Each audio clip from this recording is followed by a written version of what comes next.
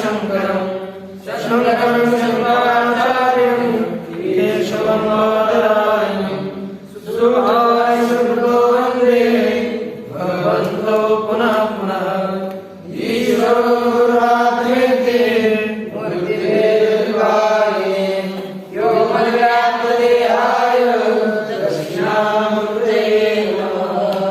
ॐ पूर्णमदः पूर्णमिदं पूर्णात् पूर्णमुदच्यते पूर्णस्य पूर्णादाय पूर्णमेवावशिष्यते।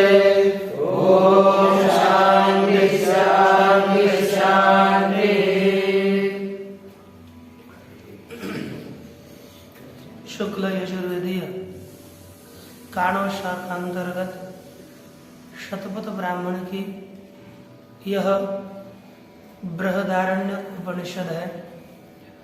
इस बृहदारण्यक उपनिषद का जो प्रथम अध्याय उसके प्रथम ब्राह्मण का विचार पूर्ण हुआ। इस प्रथम ब्राह्मण में जो अश्वमेध यज्ञ क्रिया करने के लिए समर्थ नहीं है, ऐसे साधक के लिए उसी अश्वमेध यज्ञ का जो फल उसको प्राप्त करने के लिए यहाँ पर उपासना बताई गई। यह विराट रूप से अश्व की उपासना चिंतन किया गया कि इसका शीर क्या है। यह विराट रूप से चिंतन यदि इस भावना में भावित होगा तो बाद में इस साधक को हिरण्यगर्भ की प्राप्ति हो जाती है।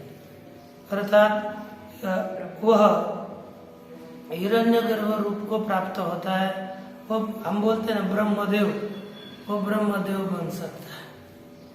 लेकिन इतना चिंतन गहरा होना चाहिए। इस चिंतन के पश्चात अब आगे का जो ब्राह्मण, द्वितीय ब्राह्मण, इस ब्राह्मण का आरंभ करेंगे। इस ब्राह्मण में क्या क्या विषय होंगे यह टिप्पणी में बताया हुआ है। यह लिखा द्वितीय ब्राह्मणे वन्ये अश्वमेधोपयोगिनः उपासनं विराट बुद्ध्या कार्यत्वेन विधीयते। अश्वोपास्तिर्यं नेया प्रथम ब्राह्मणोदिता द्वितीय ब्राह्मणे सम्यक् फलमस्या प्रचक्षते। पृथक् फलस्या कथनात् ब्राह्मणद्वयवर्णितम् एकोपासनमेवेति विज्ञातव्यमुपासकैः। ये इन्होंने इन दोनों ब्राह्मणों के विषय में एक निर्णय किया कि द्वितीय ब्राह्मणे वन्ये अश्वमेधोपयोगिनः, द्वितीय ब्राह्मण में अश्वमेध याग के उपयोगी जो वन्य है, अग्नि है, उसका उपासनम विराट बुद्धिया कार्यत्वेन विधीयते। उसकी उपासना कार्य रूप से विराट बुद्धि से वो इस अग्नि की उपासना कर्तव्य है, ऐसा विधान किया जाता है। यहाँ पर अश्वोपास्तिर्यं नेया प्रथम ब्राह्मणोदिता, पहले ब्राह्मण में बताई गई अश्वोपास्ति अश्वमेध उपासना समझनी चाहिए। द्वितीय ब्राह्मण में इसी उपासना का सम्यक फल बताया जाता है। यहाँ पर उपासना का अलग फल, पृथक फल नहीं बताया गया। पृथक फल न बताए जाने से यहाँ पर दोनों ब्राह्मणों में बताई गई जो उपासना है वह एक ही है, ऐसा समझना है। पिछले ब्राह्मण में केवल उपासना बताई, दूसरे ब्राह्मण में क्या पहले ब्राह्मण में क्या बताया? उपासना बताए, और इस द्वितीय ब्राह्मण में उसका फल है। इसीलिए इस दोनों ब्राह्मणों में अलग अलग विषय नहीं है, एक ही उपासना का विषय है, यह बताया गया। यह उपासक साधकों ने समझना चाहिए और समझ करके इस तरह से उपासना करनी चाहिए। ये साधक के लिए समझने के लिए अब ये पूरा विषय ध्यान में आया। अब इसके आगे आरंभ करते हैं कि आश्वादि दर्शनोक्त्यनंतरम अग्निदर्शनम वक्तुम ब्राह्मणांतरम अवतारयति। आश्वादि दर्शन को बताने के बाद अब अग्नि दर्शन बताने के लिए दूसरे ब्राह्मण का अवतरण करते हैं। यहाँ पर उसकी भाष्य में अवतरणिकाएं देख लीजिए। अतः अग्नेः अश्वमेधोपयोगिकस्य उत्पत्ति ही उच्यते। अथाग्नेः अश्वमेधोपयोगिकस्य, यहाँ पर कहा कि अथ अनंतर, या अथ शब्द अनंतर्यार्थक है। इसके बाद अश्वमेधोपयोगिकस्य आग्नेः उत्पत्ति ही उच्यते, यह अन्वय होगा।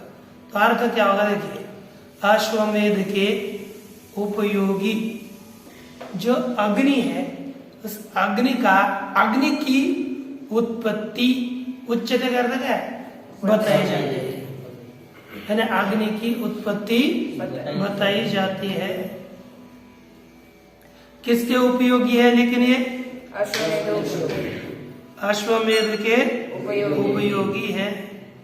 ये कहते हैं कि महाराज आप अग्नि की उत्पत्ति बताए जा रहे हो, अग्नि की उत्पत्ति आप बताओगे, लेकिन तस्माद् वा ये तस्माद् आकाश संभूत, आकाशाद वायु, वायुरग्नि, ये तो तैत्तरीय श्रुति के द्वारा ही अग्नि की तो उत्पत्ति बताई गई है ना, प्रसिद्ध है अग्नि की उत्पत्ति। तो फिर पुनः अग्नि की उत्पत्ति क्यों बताने जा रहा है? कहते देखो, हम जिस अग्नि सामान्य की उत्पत्ति नहीं बताए जा रहे, लेकिन कौन से अग्नि की उत्पत्ति बताया जा रहा है, अश्वमेध उपयोगी अग्नि की, ये विशेष अग्नि की उत्पत्ति बताई जा रही है। इसलिए यह विषय गतार्थ नहीं है, अर्थात इसका यह इस अग्नि की उत्पत्ति बताई है ऐसा नहीं है, यह विशेष अग्नि है, उसकी उत्पत्ति यहाँ पर बताई जा रही है।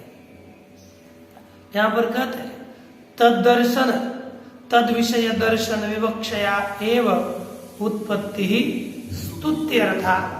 यह जो उत्पत्ति बताई जा रही है किस लिए बताई जा रही है, स्तुति के लिए। किस लिए, स्तुति के लिए। क्या तद दर्शन विवक्षया, किस दर्शन की विवक्षा से, अग्नि दर्शन के विवक्षा से, अर्थात अग्नि दर्शन का विधान करने की इच्छा से उस अग्नि की उत्पत्ति स्तुति के लिए बताई जा रही है। किस लिए, किसकी उत्पत्ति बताई जा रही है, किसकी स्तुति के लिए है, लेकिन किसका विधान करने की इच्छा से, अग्नि दर्शन का विधान करने की। ये हम जब बोलेंगे तब हमारे साथ बोलते हैं, पूछते तब नहीं बोलते, तो पूछते तब उत्तर देना चाहिए। किसके दर्शन की इच्छा से, अग्नि दर्शन। दर्शन शब्द का अर्थ क्या है, उपासना।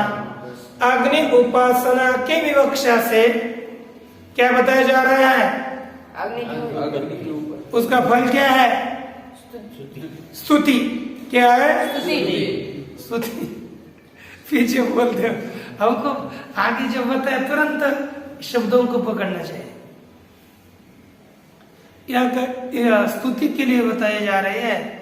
अब उसी तात्पर्य ये तो बताया, और तात्पर्य तो बताने के बाद वाक्य को लेकर के यहाँ पर उसका व्याख्यान करेंगे। तो देखिए पहले नैवेह किंचनाग्र आसीन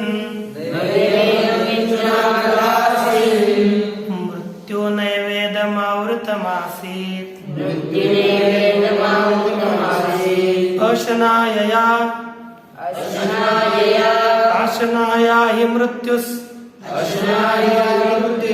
तन्मनो कुरुत आत्मन्विष्यामिति सोर्चन्नचरत् तस्यार्चत आपो जायन्त अर्चते वै मेकमबुदिति तदेवार्कस्यार्कत्वम् कग्हवा अस्मै भवति य एवमेतदर्कस्यार्कत्वं वेद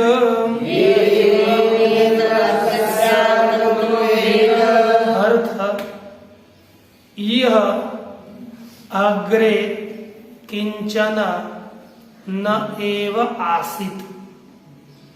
कितना अर्थ?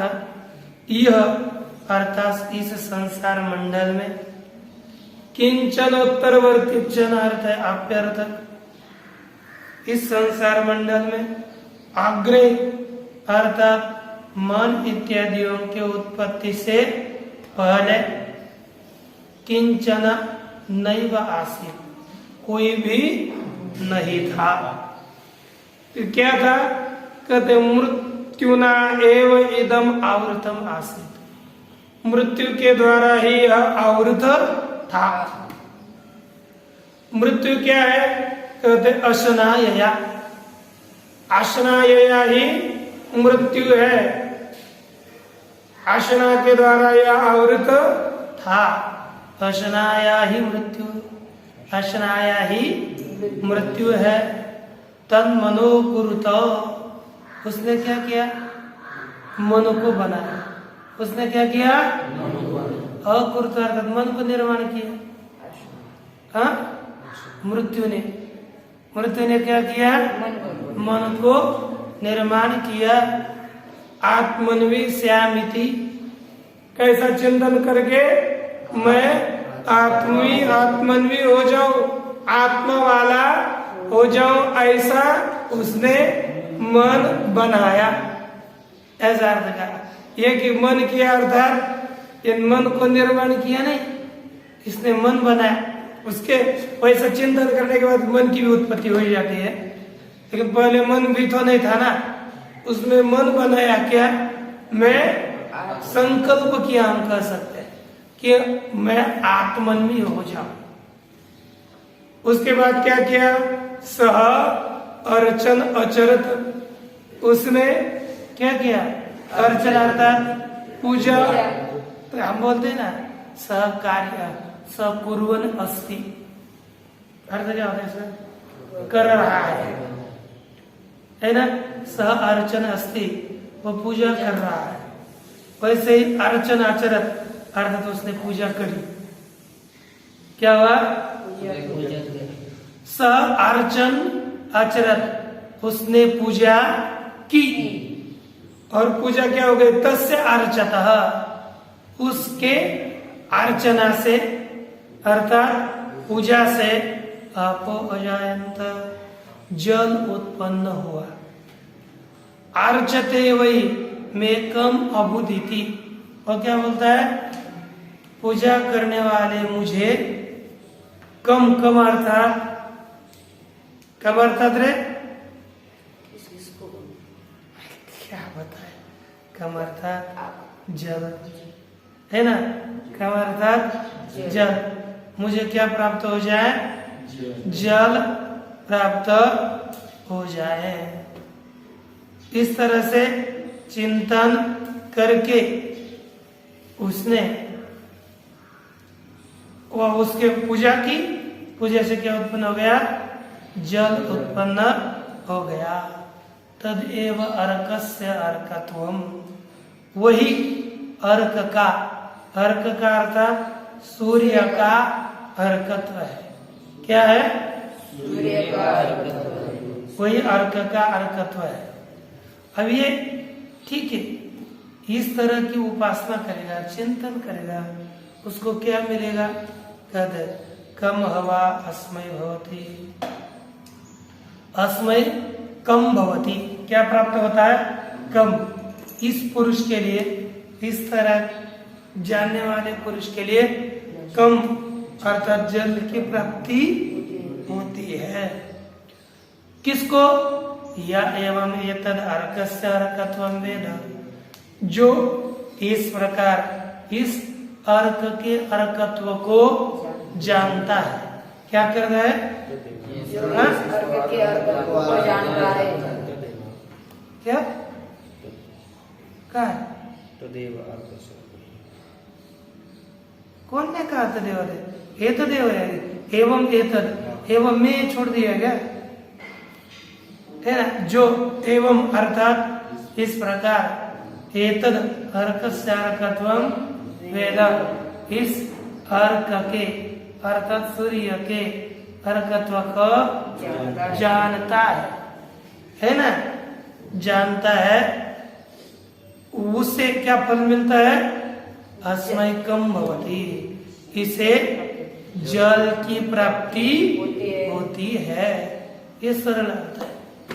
अब यहाँ पर थोड़ा एकाग्र होकर आपको विषय को ध्यान देना, विषय को और ध्यान देना पड़ेगा, आलस करके नहीं। थोड़ा यहाँ पर घटवाश प्रारंभ होने वाला है। देखिए क्या कह रहे हैं। नैवे किंचनाग्र आसीत, ये मूल प्रतीक है। अर्थात इसका अर्थ क्या है? यह, अब स्वयं लिख रहे हैं तो कहते हैं यह अर्थात संसार मंडले, इस संसार मंडल में किंचन का अर्थ है किंचिदपि,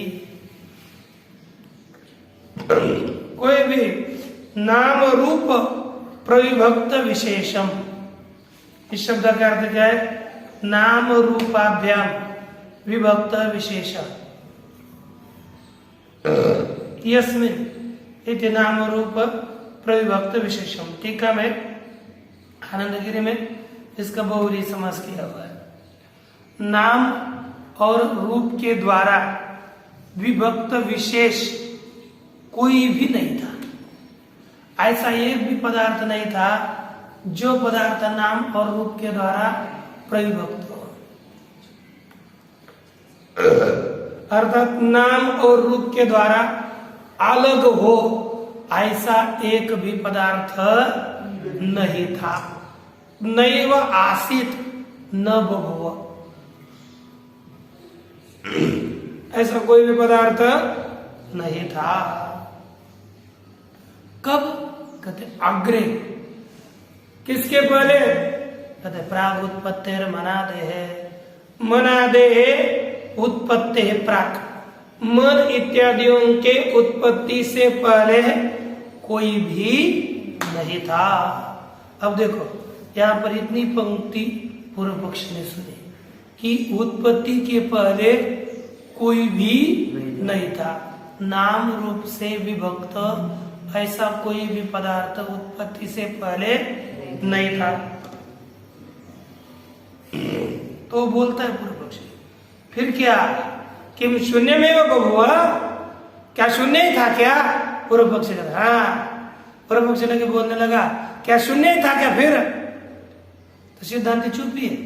वही बोलता, हाँ शून्य में वो क्या, शून्य ही होगा। कौन बोल रहा है? पूर्व पक्षी बोल रहा है। चार वाक ये बोलता है, शून्यवादी समझो बौद्ध ही का, क्या शून्य ही था क्या? फिर हाँ शून्य ही होगा। वो स्वामी स्वयं बोलता है।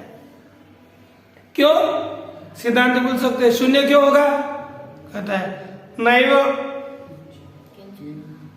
किंचन, नैवे है किंचन आसीत, यहाँ कुछ भी नहीं था। श्रुति प्रमाण है ना, इसलिए कुछ भी नहीं था, यही बोलना चाहिए। फिर क्या क्या नहीं था उसका तात्पर्य अपना बोल रहा है। न कार्यम कारणम व आसीत उत्पत्तिश्च प्राक, कहते उत्पत्ति के पहले कार्य भी नहीं था और कारण भी। उत्पत्ति के पहले मत करो, उत्पत्ति, इनकी उत्पत्ति होने से पहले कार्य भी नहीं था और कारण भी नहीं था। इसलिए टीका में एक अनुमान दिया, विमतम प्राक असत उत्पद्यमानत्वात् यन्नैवं न तदेवं यदनैवं न तदेवं यथा परिष्टम ब्रह्म इत्यर्थः। यहाँ पर अनुमान किया उनका विमत अर्थात कार्य कारण। विवाद का विषय कौन है? कार्य कारण। पूर्व पक्षी कहता है ये विवाद का विषय भूत कार्य और कारण ये दोनों भी नहीं थे। उसने से उसका सिद्धांत क्या है? असत। ये कार्य और कारण उत्पत्ति के पहले असत थे। क्यों? उत्पद्यमानत्वात्, उत्पन्न होने वाले होने से, अर्थात इनकी उत्पत्ति होने से, ये उत्पत्ति के पहले नहीं थे। ये शंका होती है, उत्पत्ति होने के कारण उत्पत्ति के पहले ये नहीं थे, ये कैसे बताओगे? वो कहता है जो जो सत है वह उत्पन्न नहीं होता। क्या है? जो जो सत है वो उत्पन्न नहीं होता। जहाँ क्या होता है व्यतिरिक्त व्याप्ति में यत्र यत्र कार्य भाव यत्र यत्र फला भाव साध्य भाव तत्र तत्र हेतु भाव, ऐसी व्यतिरिक्त व्याप्ति होती है ना। जैसे पर्वतो वन्यमान, यहाँ पर अन्वय व्याप्ति क्या होती है? यत्र यत्र धूमः तत्र तत्र। बोला करना है, उसको गुत्ता लिया के बोलने के लिए, है ना? क्या बोलो? यत्र यत्र धूमः तत्र तत्र वन्य। ये कौन सी व्याप्ति है? व्यतिरिक्त व्याप्ति क्या चीज है? यत्र वन्य भाव यत्र वन्यरणास्ति तत्र धूमः नास्ति। यत्र वन्य भाव बोलो, वन्यरा भाव क्या बोलो? यानी यत्र वन्य भाव तत्र धूमः अथवा यत्र वन्यरणास्ति तत्र धूमः नास्ति। ये कौन सी व्याप्ति है? तो यहाँ पर प्रकृत अनुमान में पक्ष क्या है? कार्यकरण। क्या पर विमतम लिखा है? टीका में है रे, विमतम, विमतम में टिप्पणी लिखी होगी कार्यकरण, है ना? तो पक्ष क्या हो गया? साध्य क्या है? प्राग असत्व। कितने बार बताया आप लोगों को? यदि थाके व अनुमानता है छाड़ी साध्य जान न थाके व अनुमान तो जोड़ी साध्य जान अपनी बुद्धि का घर पर रखी जाती है। क्या साध्य है? प्राग असत्व साध्य है। तो क्या है? उत्पद्यमान। अब देखो साध्य असत्व साध्य है, साध्य भाव क्या होगा? सत्व। साध्य भाव क्या होगा? खा रहे थे पता नहीं। साध्य भाव होगा, टाइट बैठो ना और इसको ध्यान दो, इधर उधर को ये करने की आवश्यकता नहीं। साध्य क्या है? असत्व। साध्य भाव सत्व।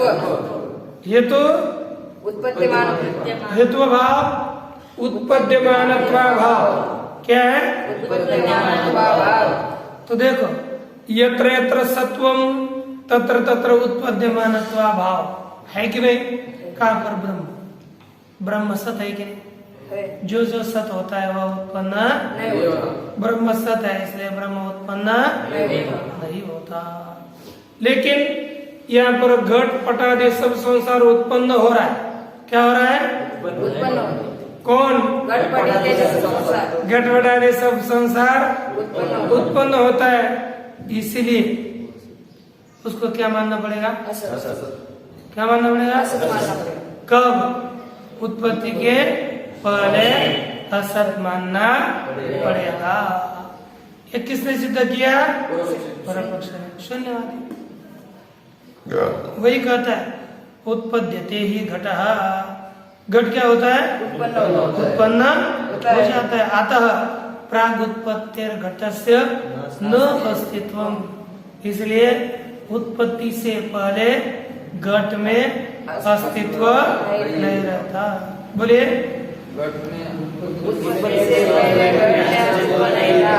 अर्थात उत्पत्ति होने के पहले घट का कोई अस्तित्व नहीं है। एक मिनट। पूर्व पक्ष ने अर्थात शून्यवादी ने अपना मत स्थापित किया। इसके बाद एक बीच में आया तार्किक नैयायिक, वह कहता है आपने जो कहा है ना, ननु कारणस्य न नास्तित्वम, आपने जो कहा ना कारण, हाँ कारण भी नहीं और कार्य भी नहीं है। कब? उत्पत्ति के पहले कारण भी नहीं रहता और कार्य भी नहीं रहता। ये जो आपने कहा वो ठीक नहीं है। क्यों? कारण से न नास्तित्वम, कारणस्य नास्तित्वम न, अर्थात कारण के अस्तित्व का अभाव नहीं होता, अर्थात कारण है। कारण नहीं है ऐसा नहीं, अर्थात कारण है। क्या नहीं है? नहीं, ऐसा नहीं है। कारण नहीं है ऐसा नहीं, अर्थात कारण होता है। क्यों कारण बोलते हो आप? है, इसमें क्या है? कहते हैं मृतपिंडादि दर्शनात्, घट के उत्पत्ति के पहले मृतपिंड देखता है कि नहीं, है ना? मृतपिंड देखे जाने से कारण नहीं है ऐसा आप नहीं कह सकते, अर्थात कारण है। बस क्या नहीं है? कार्य नहीं है। कार्य नहीं। न्याय मत में उत्पत्ति से पहले कार्य को सत नहीं माना जाता, कारण को सत माना जाता है। शून्यवादी के मत में उत्पत्ति से पहले कारण भी नहीं रहता और कार्य भी नहीं रहता। न्याय मत में उत्पत्ति से पहले कार्य नहीं है, कारण है। वही कहता है। फिर आपने कारण ही नहीं ऐसा क्यों कहा? क्योंकि एक नियम है। क्या है? आगे दिया है, यद नोपलभ्यते तस्यैव नास्यता अस्तु कार्यस्य। यद न उपलभ्यते, जिसकी उपलब्धि नहीं होती वह कारण ही न होने दो, कार्य ही न होने दो। अर्थात जो जिसकी उपलब्धि नहीं होती वह कार्य ही न होने दो, अर्थात कार्य ही नहीं है। कारण का अभाव नहीं कर सकते।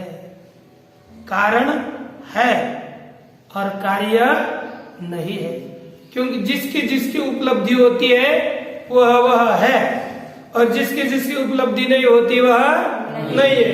तो बताओ, घट उत्पत्ति के पहले मृतपिंड की उपलब्धि होती है तो घट की उपलब्धि होती है? इसलिए मृतपिंड उत्पत्ति के पहले है और कौन नहीं है? घट नहीं है। ठीक ना? एक कहते न तो कारणस्य उपलभ्य मानत्वा, कारणस्य नास्तिता न, यहाँ पर जोड़ना है, न तो कारणस्य नास्तिता, कारण की नास्तिता नहीं है। क्यों? उपलब्ध मानत्वा, कारण की उपलब्धि होने से कारण नहीं है यह आप नहीं कह सकते। तो क्या है? कारण है। कारण फिर क्या नहीं है? कार्य नहीं है। क्यों कार्य नहीं है? कार्य की उपलब्धि नहीं होती। फिर कौन है? कारण है। कारण है। क्यों है? कारण की उपलब्धि होती है। पुस्तक को देखो, फिर कभी दिमाग में आए तो आ जाए।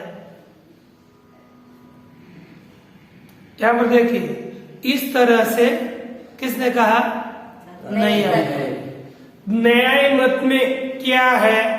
कारण है और कार्य कब उत्पत्ति के पहले कार्य है, कारण नहीं है, क्या है, कारण है और कार्य शून्यवादी के मत में क्या नहीं है, उत्पत्ति के पहले कारण भी नहीं है और कार्य भी नहीं। ये ध्यान में आ रहा है ना। अच्छा, इस तरह न्यायी ने, नैयायिकों ने अपने मत को स्थापित किया। तब पुनः वही शून्यवादी आया। पुनः कौन आया, शून्यवादी आया। वह कहता है न, ए नैयायिक, आपका कहना ठीक नहीं। क्यों? अर्थात तूने जो कहा उत्पत्ति के पहले कारण होता है, उत्पत्ति से पहले कारण का अस्तित्व तूने जो बताया वह ठीक नहीं है। क्यों? कहते प्राग उत्पत्ति सर्वानुपलम्भात्, कहते कि प्राग उत्पत्ति से पहले सभी की उपलब्धि न होने से। क्या कहा? उत्पत्ति के पहले सभी की उपलब्धि न होने से। सभी क्या अर्थ? सभी कार्य कारण की। सभी क्या अर्थ? कार्य कारण की। उत्पत्ति के पहले कार्य और कारण इन दोनों की भी उपलब्धि, उपलम्ब ज्ञान न होने से कार्य और कारण इनमें से दोनों भी नहीं रहते, ये दोनों भी नहीं होते। लिखा अनुपलब्धिश्च इदम,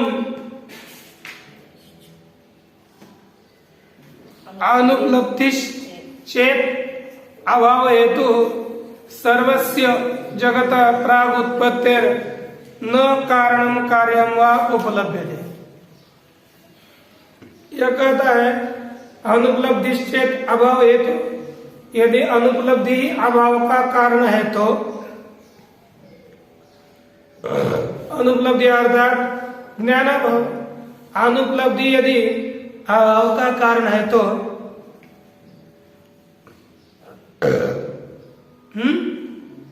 अनुपलब्धि यदि अभाव का कारण है तो सर्वस्य जगत प्रागुत्पत्ते है न कारणम कार्यम वा उपलब्धते।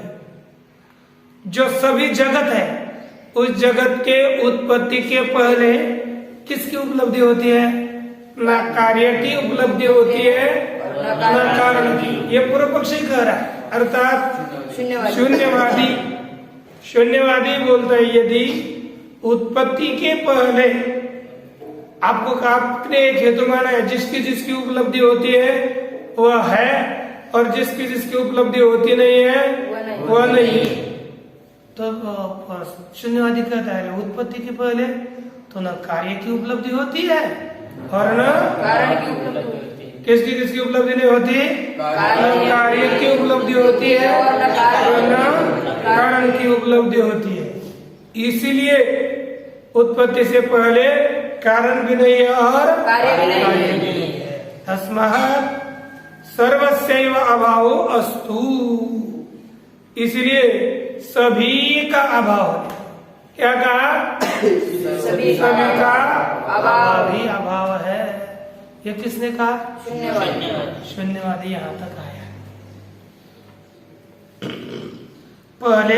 पहली कोटि शून्यवादी की शंका, दूसरी कोटि नहीं को क्या उत्तर उसके, पुनः उसकी शून्यवादी की शंका। ठीक है ना? तब उसको उत्तर दे रहे हैं सिद्धांति अर्थात वेदांति। यहां से आगे वेदांति आ गए। वह कहता है न, यह आपका कहना ठीक, किसका कहना ठीक नहीं है? शून्यवादी ने क्या कहा था? उत्पत्ति से पहले कार्य और कारण, इसलिए उत्पत्ति से पहले कार्य और कारण नहीं है। यह किसका कथन है? इस शून्यवादी के कथन के ऊपर सिद्धांत कहते हैं आपका कहना ठीक नहीं है। क्यों नहीं है? कहते मृत्यु नहीं वेदम आवृतम आसीत इति श्रुते है।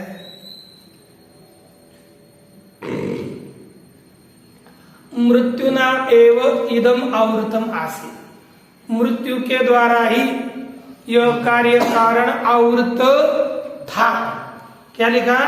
मृत्यु के द्वारा ये कार्य कारण आवृत था। ईदम से कार्य कारण, हाँ, कार्य जगत। मृत्यु के द्वारा ही इदम यह संपूर्ण जगत आवृत था। यह श्रुति है। श्रुति में क्या बताया? बोले ना, मृत्यु द्वारा ही जगत आवृत था। पुनः बोलो ना, हमको ऐसा नहीं चाहिए। पुनः बोलो, मृत्यु के द्वारा ये सभी जगत आवृत था। मृत्यु के द्वारा यह जगत आवृत था। अब देखो, इस श्रुति से सत्व की सिद्धि होती है। यहाँ पर देखो, जो पदार्थ बिल्कुल नहीं होता उसके लिए वह आवृत था ये बताया जाता है क्या? नहीं। जो पदार्थ था लेकिन ढका हुआ था उसके लिए क्या आ जाता है कि यह इसके द्वारा आवृत था। वही कह रहा है कि यदि किंचित अविनाशित एन अव्रियते यच्च अव्रियते, कहते यदि ही, यदि अर्थात जर, अथवा हिंदी में यदि किंचित अपि न आसी, कुछ भी नहीं था। कौन कौन? एन आवृयते, जिसके द्वारा आवरण किया जाता है, और एन यत आवृयते, जो आवृत किया जाए वह, और जिसके द्वारा आवृत किया जाए, इनमें से कोई भी न होता। ये कहते यदि किंचित अपि न आसीत, कुछ भी नहीं था, एन आवृयते, जिसके द्वारा आवरण किया जाता है, और यच्च आवृयते, जिसका आवरण किया जाता है, इन दोनों में से कुछ भी नहीं था। तो तदा नावक्षण मृत्युना एव इदम आवृतम। तो श्रुति नहीं कहती कि मृत्यु के द्वारा आवृत है, ये कुछ भी नहीं था। एक आवरण का, ये तो दोनों होंगे ना, जिसको आवरण किया जा रहा है वह तो मानना ही पड़ेगा, और जिसके द्वारा आवृत किया जा रहा है वह भी मानना पड़ेगा। ठीक है? इसलिए कुछ भी नहीं था जिसके द्वारा आवृत करे, और जो आवृत हो जाए ऐसा कुछ भी नहीं था। यदि कहोगे तो कहते है तदा, यदि तदा नावक्षण मृत्युना एव इदम आवृतम इति, उस काल में मृत्यु के द्वारा ही यह आवृत किया है, ऐसा न कहते। क्या न कहते? मृत्यु के द्वारा ऐसा न कहते। यदि वो पदार्थ नहीं होता न होता तो तस्मात् एन आवृतम कारणेन यच्च आवृतम कार्यम प्रागुत्पत्ते, इसलिए एन, अच्छा, नहीं भवती, जो असत पदार्थ है ना उसको कोई आच्छादित नहीं करता। जैसे नहीं भवती गगन कुसुम छन्न वंदे पुत्र, ऐसा होता है का आवरण करने वाला असत, और जिसको आवरण किया जाए वो भी असत होगा, तो वहां पर कार्य नहीं होता। जैसे कहा कि गगन कुसुम है, वह गगन अर्थात आकाश, कुसुम अर्थात फूल, आकाश का फूल वंदे पुत्र को आच्छादित कर सकता है? हाँ, क्योंकि आवरण करने वाला भी असत, और जिसको आवरण किया जाए वो भी असत है कि नहीं? इसलिए कहा कि नहीं भव गगन कुसुम छिन्न वंद्य पुत्र न भवति। गगन कुसुम के द्वारा आच्छादित वंद्य पुत्र नहीं होता। इति ब्रवीति च, और यही श्रुति में बताया मृत्यु नैवेदम आवृतम आसित, मृत्यु के द्वारा यह आवृत था। इतना हो गया ना। अब देखो इसके आगे अब उपसंहार करेंगे। तस्मात् एन आवृतम, इसलिए जिसके द्वारा यह आवृत हुआ। कौन? वचन भाषा। यच्च आवृतम, और जो आवृत किया गया, जिसके द्वारा आवृत किया गया और जो आवृत हुआ, वो दोनों भी प्राग उत्पत्ति है, उत्पत्ति से पहले। तद उभयम आसीत्, वह दोनों थे। कौन कौन? कार्य और कारण, ये दोनों भी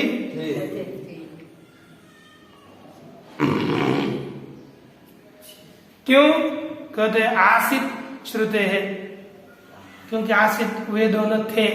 इस श्रुति से वो दोनों ही